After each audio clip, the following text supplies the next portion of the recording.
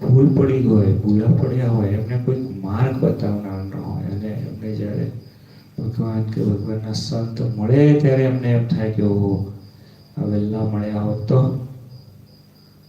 આપણું નસીબ એ છે કે આપણને વેરાસર મળી ગયા છે, હવે અવજ્ઞા ન થાય, હવે એમના કયાથી દૂર ન જવાય. એ વસ્તુ આપણે બરોબર સમજવાની છે. પ્રથમનો 16 આ છે. હમણાં પ્રસન્ન સ્વામી જે વાત ભરતજીની જે વાત કરીને અદભુત, હું આમ બેઠા બેઠા સાંભળ્યું કે ભરતજી ઉપર જ ભરતજી ભગવાનને લેવા આવ્યા હતા કે ચલો પાછા, બરોબર.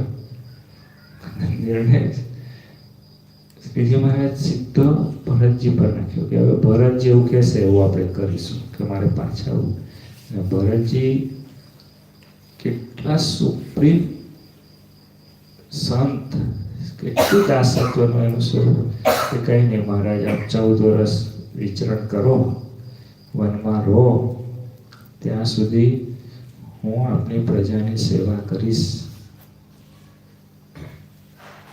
કેટલું હતું. એટલે ઈશારામાં જે સમજવાનું છે ને, એ ભક્તનું લક્ષણ છે.